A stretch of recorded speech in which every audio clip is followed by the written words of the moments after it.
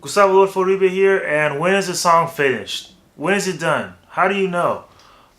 This is a kind of a subjective question for an artist,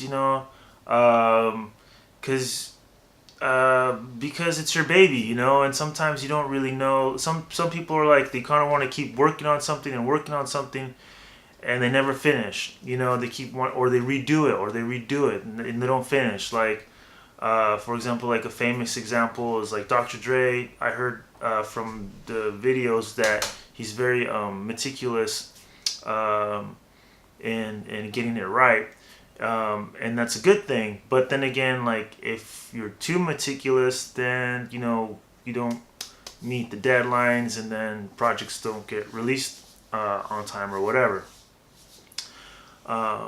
So I'm gonna give you my 2 cents because I've seen it from different people, and me myself, I have a process that I do for songwriting and songs and stuff like that. And for me, it's like a science now.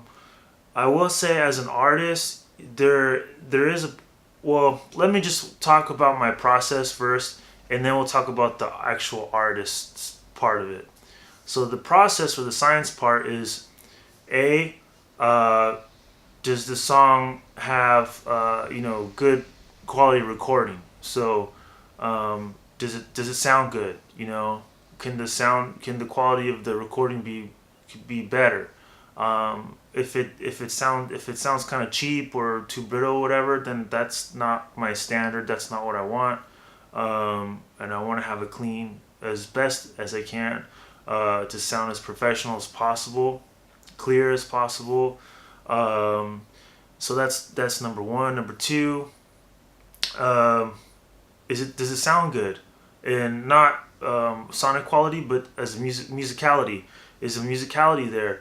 Uh, are you nodding your head? Can you kind of like follow along the contour of the verses, or do you like the hook or the chorus? Is it cool? Do you like it? Are you willing to put that out there?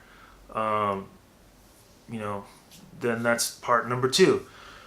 So as long as it sounds good quality and the musicianship's there, then we'll go on to the artistry side. Okay, the artistry side are the lyrics type. If there's something a little too corny or whatever, then you might then that should have been done in the songwriting part when you're actually writing the song. That should have been taken care of. So like if you're with your friends or you're producing or whatever, and the rapper or whatever or yourself, there's something bugging you in the lyrics. It's like, nah, that's not cool. It's kind of corny, whatever. Then just redo it. Because the chances are, if you think it's corny, then you'll probably get made fun of a lot by other people or whatever. Um, and yeah, so that's kind of a red flag. So you want to make sure that all the red flags are taken care of as the artist side. And then the second part of the artist side is like, well, if it's as good as it can get, then you're done. Do you got three verses? Do you got a hook and chorus? Check, check, check. Intro and outro. Is the arrangement of the song sound like a song? There's like 16 bars or whatever per verse. Like just technical things. As long as those things check the check marks, then you should be good to go. And then uh, then there's the last thing. There's the polish. The polish is it mixed right? Have you tested it out in different scenarios in the car or whatever? Uh, if did you get it mixed in a professional recording studio, or did you get it mixed in your home studio? If you got it mixed in your home studio and you don't have acoustic treatment and you don't have a subwoofer, it's gonna be really hard to dial in the mix. Just straight out. Um, just because with home recording setups, it's if there's no subwoofer, then you're gonna miss some information down there. Because speakers, they don't go down all the way to 20 hertz. It's usually they cut around like 60. if that, and but it's like kind of, kind of rolls off, and the human ear can hear to 20 hertz to 20,000 hertz. So you got to make sure you have all the sonic spectrum that you can hear in the mix. And there's some other things. Are the vocals just right? If because there's a thing where like you don't want the vocals too overpowering. You don't want them too underpowering. Some people like them to sit right on top. I would prefer kind of like not sit on top, but little bit on top, so it's not too on top, but like just kind of right there hovering. Um, that's where I like it. And yeah, so then if the mix is right, and you've tested it out, maybe get some feedback from other people. Just that's always a good idea.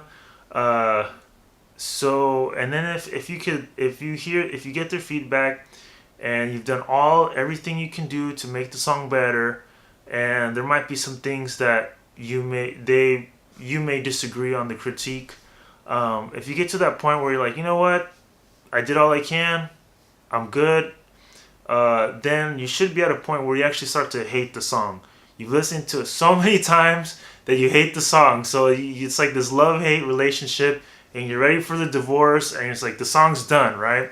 That's that. At that point, when you're when you're emotionally and technically, musically drained, and you took it to the finish line, that's when it's done. That's when it's done.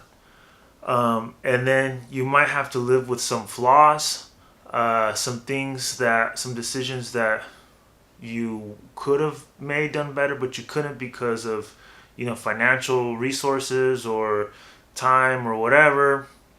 Then that's fine. Then just take those things into consideration for your next track or your next project. That's what I do. Like there's some songs that I'm like, well, I could have done this, I could have done that, but you know what? It got done, it got released, and I'm off to the next project. So, yeah. If you like this video, like, comment, subscribe, share it, and if you have any questions, feel free to put them on the comments. I love all the feedback I get. It helps me make better videos. So, thanks for watching.